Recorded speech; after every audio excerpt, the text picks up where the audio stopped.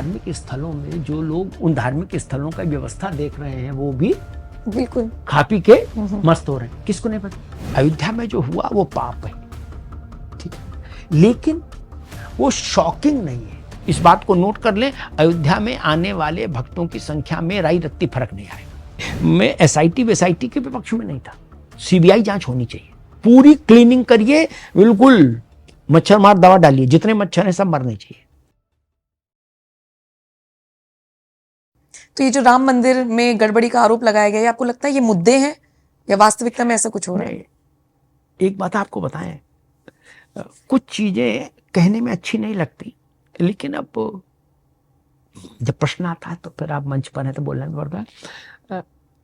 भारत में सामान्य व्यक्ति ऐसा कौन है जो ये नहीं जानता कि धार्मिक स्थलों में जो लोग उन धार्मिक स्थलों का व्यवस्था देख रहे हैं वो भी बिल्कुल खा पी के मस्त हो रहे हैं। किसको नहीं पता? सबको पता है। तो क्या मुद्दा है फिर इसमें? जब जो चीज सबको पता वो मुद्दा नहीं होती भाई। बहू की मुंह दिखाई होनी है, ठीक, और बहू बिना घूंघट के बैठी, फिर क्या मुंह की दिखाई होगी? मुंह दिखाई के लिए घूंघट चाहिए ना, एम आई राइट? बिल्कुल। तब भाई सास कहती कि लाओ मुंह देखें बहू का। बहू बिना घूंघट के तो मतलब नहीं, वैसे ही घूंघट तो कहीं है ही नहीं। बांके बिहारी चले जाइए, अभी बांके बिहारी का वो तहखाना खुला था जिसमें वो रखा है जेवर, क्या जेवर के डब्बे मिले, जेवर गायब। मथुरा में आपको कोई इशू लगा? वो नहीं ना। लोगों का अरे हम तो पहले जानते थे, लेकिन हम तो ठाकुर जी को दे आए, अब जो लेंगे उनको कोड़ होगा, मरेंगे। भारत का मानस ये है। वो कहता है मैंने अर्पित कर दिया, मेरी बात ठाकुर जी ने डायरी में लिख ली कि भाई ये आया था इसने, ये तो बहुत आगे की बात है सर। किसी मंदिर में जा रहे हैं, चप्पल चोरी हो जाए, बस कर दिया, कुछ बला टल गई होगी। चलो ठीक है, राहु केतु कुछ से हो गया बिल्कुल। भारत वैसा है। मस्जिद में लोग जानते हैं, जैसे जामा मस्जिद है दिल्ली की। अब जामा मस्जिद के आसपास का जो इलाका है उसमें 100-200 दुकानें हैं। उन दुकानों का पैसा एक ही जगह जा रहा है, एक ही परिवार को जा रहा है, बिजली का बिल भी नहीं जा रहा, और ऐसा करके मतलब करोड़ों रुपए का कारोबार चल रहा है। देशी विदेशी आते हैं, वो बिल्कुल डॉलर में दे जाते हैं। सामान्य मुसलमान से आप कहिए कि ऐसा ऐसा हो रहा, वो कहेगा बहन जी हम क्या करें, हम तो अल्लाह की इबादत गाह समझ के जाते हैं, बाकी जो जैसा करेगा उसका करम उसके साथ। इसलिए अयोध्या में जो हुआ वो पाप है, ठीक है, लेकिन वो शॉकिंग नहीं है। पाप है लेकिन मेरे लिए शॉकिंग नहीं है। सही बात। जितने धार्मिक स्थल मैं बताऊं, एक नाम नहीं लूंगा क्योंकि फिर उससे थोड़ा ठीक नहीं रहता है। एक बहुत बड़ा धार्मिक स्थल है, वहां मैं दर्शन करने गया तो वहां के जो मतलब गद्दी नशीन थे, मुख्य जो जो व्यक्ति होता है, वो एक परिवार है। उस परिवार के लोग ही 3-3 महीने करके चार्ज में रहते। मेरा नाम पता सब नंबर मनोरी। थोड़े दिन बाद वो नोएडा आए और उन्होंने मुझसे कहा कि भाई साहब हम एक टीवी चैनल शुरू करना चाहते हैं आपके साथ। मैंने कहा अच्छा पंडित जी ठीक है। तो मैंने उनको थोड़ा नीचे वो करने के लिए कहा, समय खराब करने जाएंगे। मैंने कहा उसमें तो 101 करोड़ लगेगा रुपया। बोले कर देंगे इंतजाम, कोई दिक्कत नहीं। अरे बाप रे। क्या तिलक लगाते लड्डू चलो जाओ। बोले कर देंगे, वैसे कोई दिक्कत नहीं। मैंने महाराज आप जो कर रहे हो वही ठीक है। हनुमान जी की एक प्रसिद्ध पीठ है, वहां के परिवार है, तो हम नहीं जानते कि सब जानते हैं।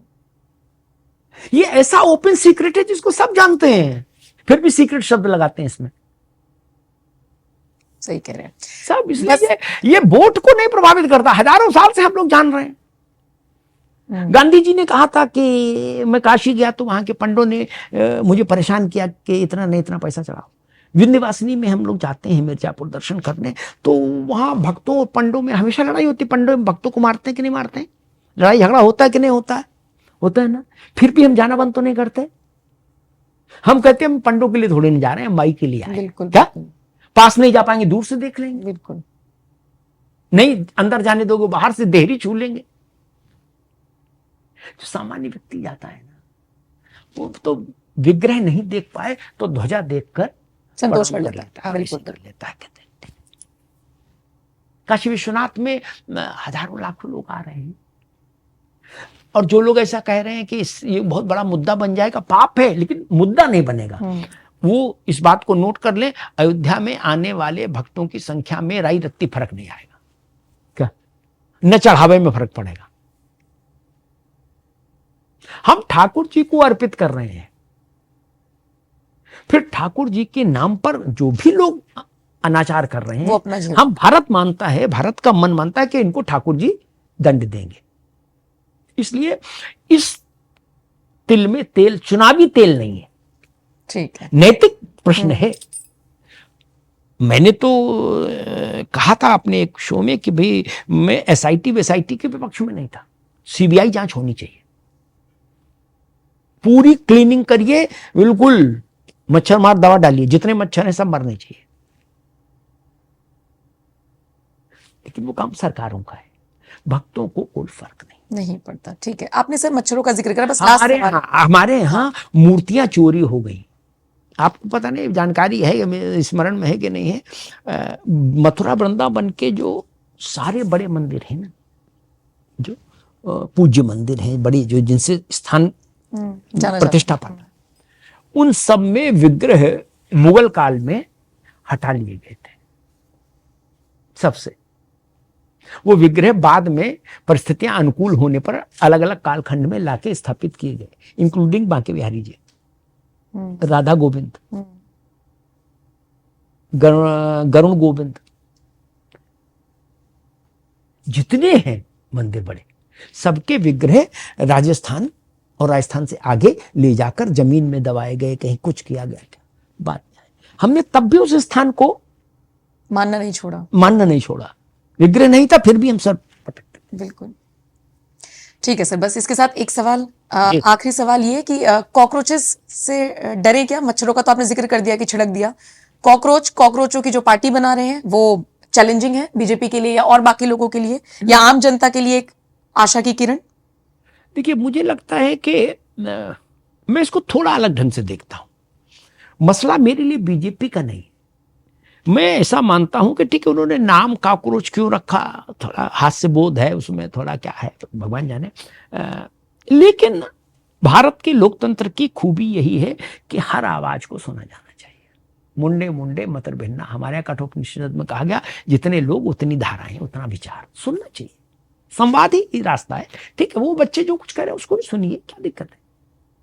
इसी देश की संतान है, उनको भी बोलने का अधिकार है, और देश फिर तय करेगा। अगर उस देश को लगेगा कि ये देश को, समाज को कमजोर करने वाला एजेंडा है, तो जनता उनको किनारे कर देगी।